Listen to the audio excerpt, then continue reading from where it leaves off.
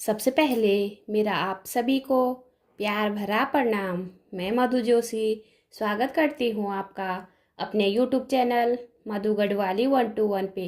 तो दोस्तों, आज की वीडियो में मैं आपको भगवान शिव शंकर के सच्चे भक्त की कहानी सुनाऊंगी।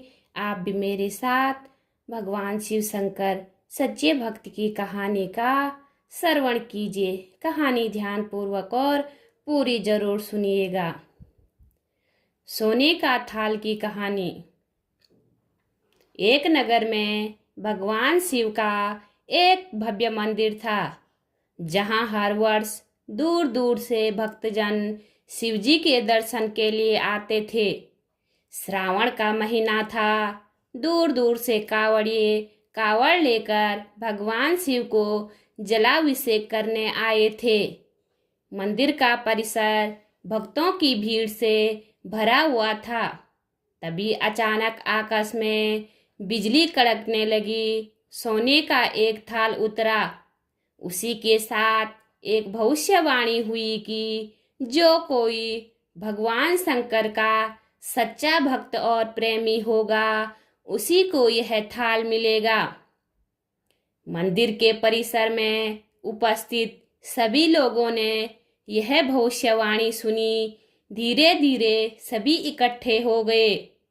जो लोग मंदिर की व्यवस्था देखते थे, उन्हें तो पूरा विश्वास था कि यह थाल हमें मिलेगा। इसलिए वे सबसे आगे जाकर खड़े हो गए। सबसे पहले एक पंडित जी आए और बोले, देखिए, मैं प्रतिदिन महादेव का अभिषेक करता हूँ, अतः मैं ही भोलेनाथ का सबसे निकटवर्ती प्रेमी और भक्त हूँ, इसलिए थाल मुझे मिलना चाहिए। इतना कहकर पंडित जी ने थाल उठाया। जैसे ही पंडित जी ने थाल उठाया तो थाल पीतल का हो गया। यह देखकर पंडित जी बड़े लज्जित हुए। उन्होंने थाल यथास्थान पर रखा और वहां से निकल गए। इसी प्रकार वहां उपस्थित सभी पंडितों ने खुद को आजमाया, लेकिन शायद उनमें से कोई भी सच्चा भक्त नहीं था। उन्हें भी थाल यथास्थान पर रखकर चले जाना पड़ा। इसके बाद उस नगर के राजा का आगमन हुआ। राजा सब आगे आए और बोले, मैंने महादेव के मंदिर में बड़ी भारी दान दक्षिणा दी है, इसलिए यह थाल मुझे मिलना चाहिए। इतना कहकर राजा सब आगे बढ़े और थाल उठाया। जैसे ही राजा ने थाल उठाया तो थाल तांबे का हो गया। यह देखकर महाराज भी लज्जित हुए और थाल यथास्थान पर रखकर एक तरफ खड़े हो गए। महात्मा और भक्त पधारे।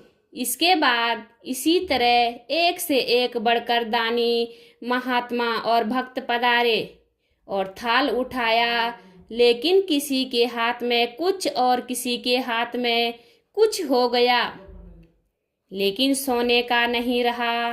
तब लोगों को पता चला कि हम में से कोई भी महादेव का सच्चा भक्त नहीं है। उसी समय एक किसान का आगमन हुआ। वो बेचारा महीनों बाद आज चतुर्मास के सोमवार के शुभ अवसर पर शिव जी के दर्शन करने आया था।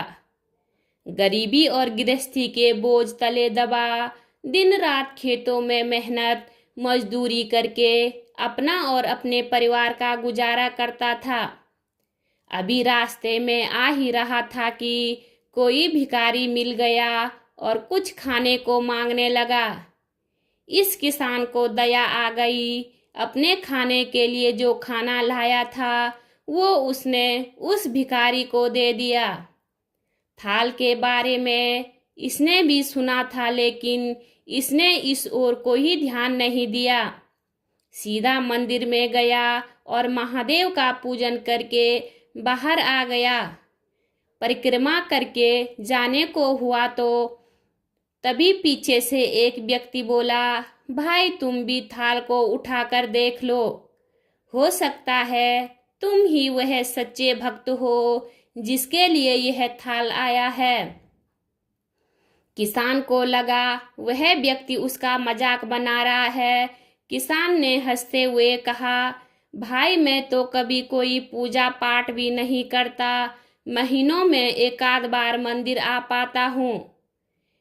मैं काहे का सच्चा भक्त? वह अजनबी बोला, भाई हम तो देख चुके हैं, हमारी भक्ति तो 2 कौड़ी भी नहीं है।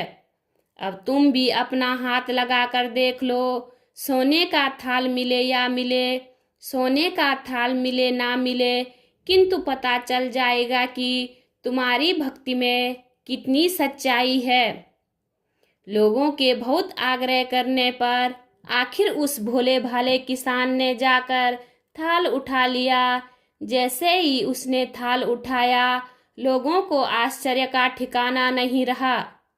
सोने का थाल रोशनी से चमचमाने लगा। यह देख सब लोगों में खुशियों की लहर दौड़ गई। सभी लोग उसके जयकारे लगाने लगे और पूछने लगे कि भाई तुम ही सच्चे भक्त हो, अब हमें भी बता दो कि कैसी भक्ति करते हो जिससे महादेव तुमसे इतने प्रसन्न हैं।